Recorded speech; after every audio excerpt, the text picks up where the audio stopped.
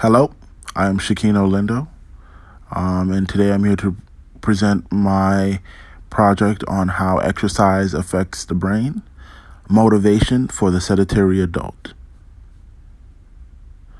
The purpose or the goal of my project is in order to inform and enlighten the law students at Ave Maria School of Law on the benefits of exercising in order to combat mental health. Today is December the 8th, 2020. The reason why I chose this project is because of my interest on how to combat mental illness within law students. Student here at Ave Maria School of Law, here to present my course project on how exercise affects the brain, motivation for a sedentary adult, more focused on battling and combating mental health. Yes. So the first part of the introduction is I'm going to focus on the brain. So what exactly is the brain? The human brain is an amazing organ that controls your memory, your senses, your learning, and your ability to move, such as your muscles, organs, and your blood vessels. The brain is a wonderful machine that contains billions of nerve cells called neurons that allow for your body to move and function normally. Now, in order for your body to function correctly, your neurons must communicate with one another. And in order for them to communicate, they use a special chemical known as neurotransmitters. Those would be your dopamine, your serotonin, and your melatonin.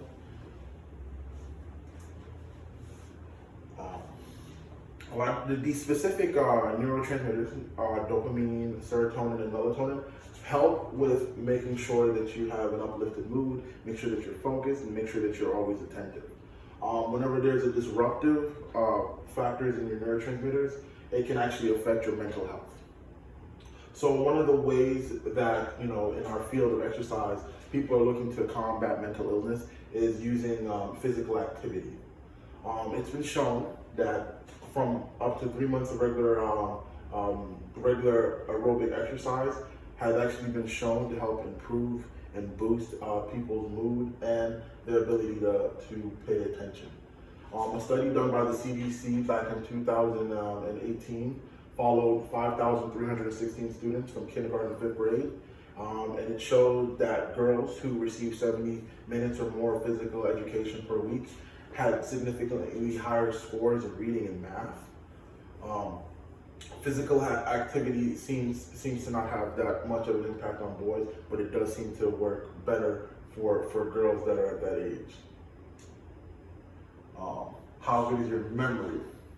Aerobic exercises like walking, jogging, gardening have been shown to help your brain hippocampus, the part that's linked to memory and learning to grow. Exercising helps increase oxygen to your brain and reduces the risk of developing disorders that can lead to memory loss. Some studies suggest that even regrowing your hippocampus is also regrowing your hippocampus is also a study published by the Journal of American Geriatrics Society found that Tai Chi, slow-moving exercise, has been shown to enhance cognitive function in older adults, especially in the realm of executive function, which manages cognitive processing, such as planning, working memory, attention, problem solving, and verbal reasoning. Depression. In terms of depression, especially at this law school, depression is actually the most prevalent psychiatric condition in the United States. Depression can actually be linked and occur at the same time as you're combating and dealing with other illnesses as well. Depression is widely viewed as an interaction between genetics and environment. As a result, both neurochemical and psychosocial variables have been implicated in its pathophysiology. In layman terms, that means the way that you engage with people in your regular daily lives and how well your brain processes neurotransmitters can affect how you feel. Anxiety. So stress and anxiety are a normal part of life, but anxiety disorders actually affect up to 40 million adults, most commonly in the United States. Science has also provided some evidence that physically active people have lower rates of anxiety and depression than those that don't move as frequently. So the question is, are you depressed or anxious? Exercising can actually help release feel-good endorphins and natural cannabis-like brain chemicals, other natural brain chemicals to enhance your sense of well-being. Taking your mind off of worries and getting away from the cycle of negative thoughts that feed depression and anxiety is another reason why getting into physical activity is a great way to combat these mental illnesses. And giving yourself goals and a challenge, even small little increments, can actually help boost your self-confidence as you start to get into shape and start to feel better about yourself. So neuroplasticity. So neuroplasticity has to do more with your brain being able to adapt to situations and also your ability to stay cognitively focused. Exercise has been shown to enhance the pattern separation in humans, which is the ability to remove redundancy from similar input patterns, such as doing certain activities over again. As one man said, insanity is doing the same thing over and over again, expecting a different result. In higher fitness groups, it has been shown that people that engage in physical activity, most high endurance capacity exercises, are better performers in pattern separation tests compared to those that don't engage in regular activity.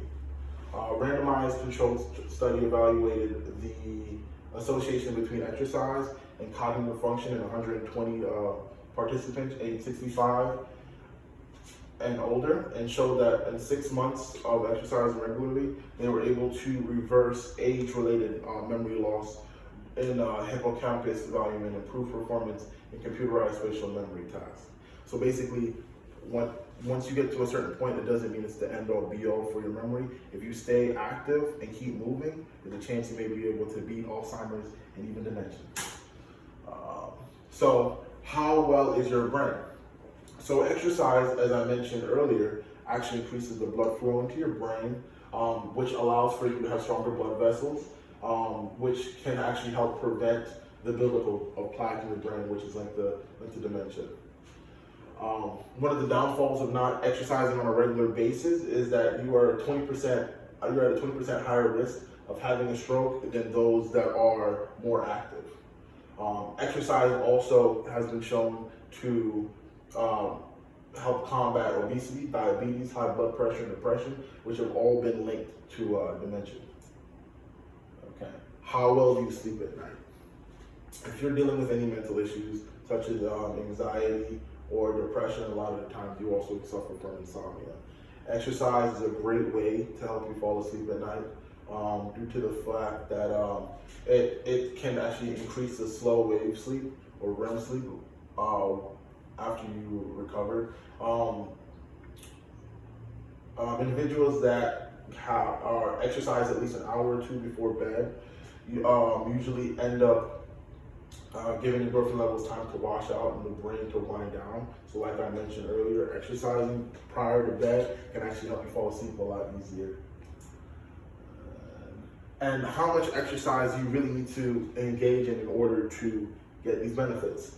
The standard recommendation calls for 30 minutes a day, most days of the week, but in all actuality, you need 45 to at least 60 minutes a day. And my references.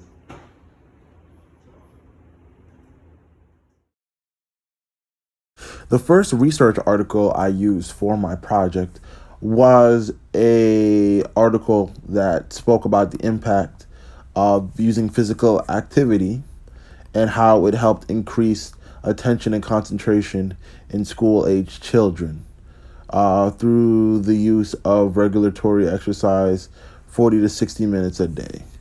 The next article I used showed how physical exercise could actually enhance neuroplasticity and delay Alzheimer's disease by strengthening the brain's neurons. The next article I used showed how sleep can be improved by exercising on a regular basis due to the release of certain neurotransmitters and hormones. The next article that I used for my research project was how physical activity can actually help battle mild to moderate depression. The fourth research article was a Danish pilot study that looked at how exercise helped those with drug abuse problems get off and kick the drug habits. While the fifth article was the way that exercise has helped improve the mental state of seniors. Well, my final thoughts on the project is that everything went pretty well. I feel pretty confident in the information that I was able to deliver. At the end of the day, it's going to get posted on the Ave Maria School of Law's website in order to use this information to educate the law students on the importance of exercise. If I had to do anything differently, I would say I would have added more information on alcoholism and combating addiction.